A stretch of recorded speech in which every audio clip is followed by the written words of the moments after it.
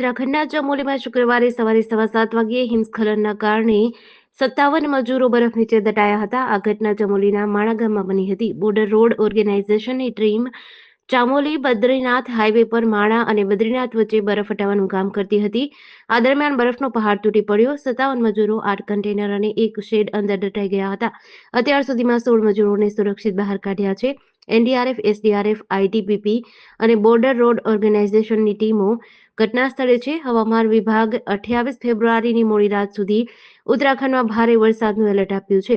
ચમોલીના DM Sandeep તિવારીએ કહ્યું કે ઘટના સ્થળે સતત વરસાદ અને હિમવર્ષા થઈ રહી છે, તેથી અમે હેલિકોપ્ટર મોકલી શકતા નથી. અવરજવરમાં મુશ્કેલી પડી રહી છે. સેટેલાઇટ ફોન પણ નથી, તેથી અમે તેમની સાથે વાત કરી શકતા નથી. જોકે કોઈ હાર અમરેલી જિલ્લાના ધારી ગીર પૂર્વના દલખાણિયા રેન્જમાં દીપડાના હુમલામાં 2 વર્ષના બાળકનું મોત થયું છે. આ ઘટના દલખાણિયા રેન્જના હીરાવા બીટના રાજસ્થળી રેવન્યુ વિસ્તારમાં વહેલી સવારે બની હતી. મૃતક બાળકના મૃતદેહને પીએમ માટે સરકારી હોસ્પિટલે ખસેડાયો છે. આ ઘટના પરપ્રાંતીય મજૂરોમાં ભયનું વાતાવરણ સર્જી રહી છે. રાજસ્થળી રેવન્યુમાં મનુભાઈ લખમણભાઈ શેરડીયાની વાડીમાં પરપ્રાંતીય મજૂરો રાત્રે સૂતા હતા, ત્યારે દીપડાએ 2 વર્ષના બાળક બીટુ સુંદરસિંહ મીનાવાને ઉઠાવી લીધો અને તેને ફાડી ખાધો હતો. મૃતક બાળક બીટુ મીનાવા મધ્યપ્રદેશના રતનઢોલા હનુમાન ધાનો રહેવાસી હતો. ઘટનાને પગલે દલખાણિયા વન વિભાગની ટીમ તાત્કાલિક પહોંચી તપાસ શરૂ કરી હતી. મુન્દ્રા તાલુકાના કોતડી બંદર ટુંડાવાંઢ ગામમાં છેલ્લા 100 વર્ષથી માછીમારી કરતા 650 પરિવારો હાલ મુશ્કેલીમાં છે. ખાનગી કંપની દ્વારા તેમના અવરજવર માટેના રસ્તાને તોડી પાડવામાં આવ્યો હોવાની શંકા વ્યક્ત કરી છે. 2017માં શેખરણપેરથી કોરીકોર તરફનો નવો માર્ગ માછીમારોને આપવામાં આવ્યો હતો. કંપનીએ લેખિત બાંહેધરી આપી હતી કે માછીમારોને સ્થળાંતર કરવામાં નહીં આવે, પરંતુ 25 ફેબ્રુઆરી 2025ના રોજ કંપનીએ આ રસ્તો તોડી નાખ્યો હતો. તાજેતરમાં એક ગંભીર ઘટના બની હતી. એક ગર્ભવતી મહિલાને હોસ્પિટલ લઈ જવા માટે ભારે મુશ્કેલીઓનો સામનો કરવો પડ્યો હતો. રસ્તો તૂટેલો હોવાથી રિક્ષા ન જઈ શકતા મહિલાને મુશ્કેલીથી બીજી ગાડીમાં આદિપુર રામબાગ હોસ્પિટલે પહોંચાડાઈ હતી. અગાઉ પણ આ મુદ્દે સંબંધિત વિભાગોમાં લેખિત રજૂઆત કરવામાં આવી છે, પરંતુ કોઈ ઉકેલ આવ્યો નથી. બિહારમાં ભૂકંપ આવ્યો છે. પટના, સુપોલ, કિશનગંજ, પૂર્ણિયા, અરરિયા અને કટિહારમાં લોકોએ ભૂકંપના આંચકા અનુભવ્યા. ભૂકંપના આંચકા લગભગ 5-10 સેકન્ડ સુધી અનુભવાયા. લોકો પોતાના ઘરોમાંથી બહાર નીકળી ગયા હતા. કેટલાક લોકો વાસણો અને શંખ વગાડવા લાગ્યા. ભૂકંપનું કેન્દ્ર નેપાળનું લેસ્ટીકોટ હતું. રિક્ટર સ્કેલ પર તેની તીવ્રતા 5.1 હતી. ભૂકંપથી નેપાળ તેમજ ભારત અને ચીનને પણ અસર થઈ હતી. વિભાગે ચેતવણી આપી છે કે કેન્દ્રમાં વધુ તીવ્રતાના કારણે વધુ નાના ભૂકંપ આવી શકે છે. રાહતની વાત એ છે કે બિહારમાં ક્યાંય પણ જાનમાલનું નુકસાન થયું નથી. આ પહેલા 17 ફેબ્રુઆરીએ દિલ્હી સહિત બિહારના ઘણા જિલ્લાઓમાં ભૂકંપના આંચકા અનુભવાયા હતા. પુણેમાં પાર્ક કરેલી બસમાં 26 વર્ષીય મહિલા પર બળાત્કારના આરોપીની ગુરુવારે મોડી રાત્રે મહારાષ્ટ્રના સિરોડથી ધરપકડ કરાઈ છે.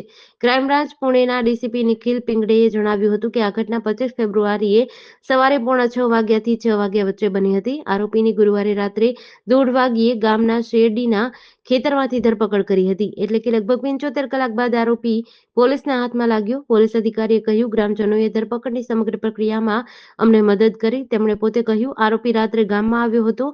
તેણે ઘરમાંથી પીવાનું પાણી માંગ્યું. આ દરમિયાન લોકોએ તેને ઓળખી લીધો અને પોલીસને જાણ કરી.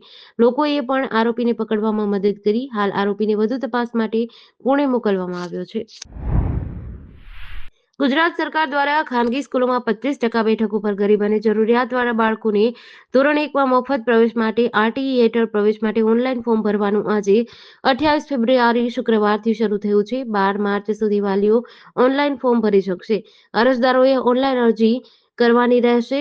ગુજરાતના 40 શહેર જિલ્લાની ખાનગી સ્કૂલોની 3,527 સીટ પર ધોરણ 1માં બાળકોને પ્રવેશ મળશે. આર્થિક નબળા જરૂરિયાતમંદ વિદ્યાર્થીઓ ધોરણ 8 સુધી ફ્રી એજ્યુકેશન મેળવી શકશે. જેમાં ગ્રામ્ય વિસ્તારમાં વાર્ષિક આવક મર્યાદા ₹1.20 લાખ તો શહેરી વિસ્તારમાં આવક મર્યાદા ₹1.50 લાખ રાખવામાં આવી છે. જેમાં અલગ અલગ 13 કેટેગરીમાં અગ્રતા આપવામાં આવશે. આરટીઈમાં ગુજરાતમાં 93,527 સીટ પર વિદ્યાર્થીઓને પ્રવેશ આપવામાં આવશે. પ્રથમ રાઉન્ડની સીટ ફાળવણી સૂચિ 27 માર્ચે જાહેર થશે. ભારતીય હવામાન વિભાગ અનુસાર આજે ઓફિશિયલી શિયાળાનો છેલ્લો દિવસ છે, પરંતુ ગુજરાતમાં છેલ્લા 1 મહિનાથી જ શિયાળાનું નામોનિશાન મટી ગયું છે. ત્યારે છેલ્લા 15 દિવસથી ફેબ્રુઆરી મહિનામાં જ અગનગોળા વરસી રહ્યા હોય તેવી ગરમી ગુજરાતીઓ સહન કરી રહ્યા છે. ભારતીય હવામાન વિભાગ અનુસાર 1 માર્ચથી ગુજરાતમાં ઉનાળાની શરૂઆત થશે, પરંતુ આ વર્ષે 1 મહિના પહેલા જ ઉનાળો રાજ્યમાં પ્રવેશી ચૂક્યો છે. 2025માં ફેબ્રુઆરી મહિનાની ગરમીએ છેલ્લા 10 વર્ષનો રેકોર્ડ તોડ્યો છે. વર્ષ 2015થી લઈને આ વર્ષના ફેબ્રુઆરી મહિનામાં ગુજરાતનું મહત્તમ તાપમાન સૌથી વધુ નોંધાયું છે. શિયાળાની શરૂઆતમાં જ ભારતીય હવામાન વિભાગ દ્વારા વિવિધ આગાહી કરવામાં આવી રહી છે. જામનગર જિલ્લાના લાખાબાવળ ગામમાં એક ચોંકાવનારી ઘટના બની છે. અહીં એક માલધારીના 45થી 50 જેટલા ઘેટા બકરાનું રાત્રે મૃત્યુ થયું છે. મૃત પશુઓના શરીર પર ઈજાના નિશાન મળ્યા છે, જેના કારણે વન્ય પ્રાણીના હુમલાની શંકા છે. આ ઘટનાથી સમગ્ર પંથકમાં પશુપાલકોમાં ભયનો માહોલ છે.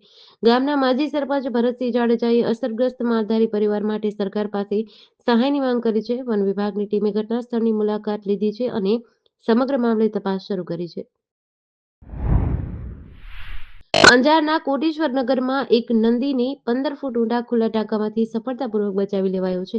રસિકભાઈ માવજીભાઈ સોરઠિયાના મકાનમાં બાંધકામ ચાલતું હતું. સવારે એક નંદી ખુલ્લા ટાંકામાં પડી ગયો હતો. કામધેનુ ગૌસેવા ટ્રસ્ટના સેવાભાવી કાર્યકર દિનેશભાઈ ઠક્કરને જાણ કરી હતી. તેઓ તરત જ સેવારત ટેમ્પો સાથે ઘટના સ્થળે પહોંચી ગયા હતા. 8 થી 10 સેવાભાવીઓની ટીમે 30 થી 40 મિનિટની જહેમત બાદ નંદીને સુરક્ષિત બહાર કાઢ્યો હતો. અંજાર આદિપુર વચ્ચે આવેલું કામધેનુ ગૌશાળા ટ્રસ્ટ નિસ્વાર્થ સેવા આપે છે. તેઓ 500 જેટલા નંદીઓની સંભાળ રાખે છે. બીમાર નંદીઓની સારવાર કરે છે. શહેર અને સોસાયટીઓમાં ફરતા નંદીઓને દરરોજ ચારો આપે છે. ડોક્ટરની સેવાઓ પણ પૂરી પાડે છે.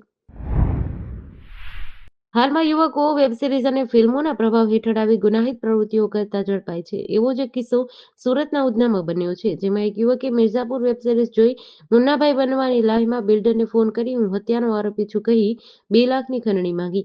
આ મામલે ઉધના પોલીસમાં ફરિયાદ નોંધાતા પોલીસે આરોપીને ગણતરીના કલાકોમાં ઝડપી પાડી કાયદાનું ભાન કરાવ્યું હતું. ઉધના પોલીસની સર્વેલન્સ ટીમ એક્શન મોડમાં આવી હતી. ખંડણી માંગનારની વિગતો શોધતા પોલીસને ખબર પડી કે આરોપી સમીર ખાન સહેલ ખાન પઠાણ રહેવાસી લિંબાયત, સુરત અને મૂળ મહારાષ્ટ્રનો વતની છે. પોલીસે ઝડપથી તપાસ શરૂ કરી અને આરોપીને ગણતરીના કલાકોમાં જ દબોચી લીધો હતો.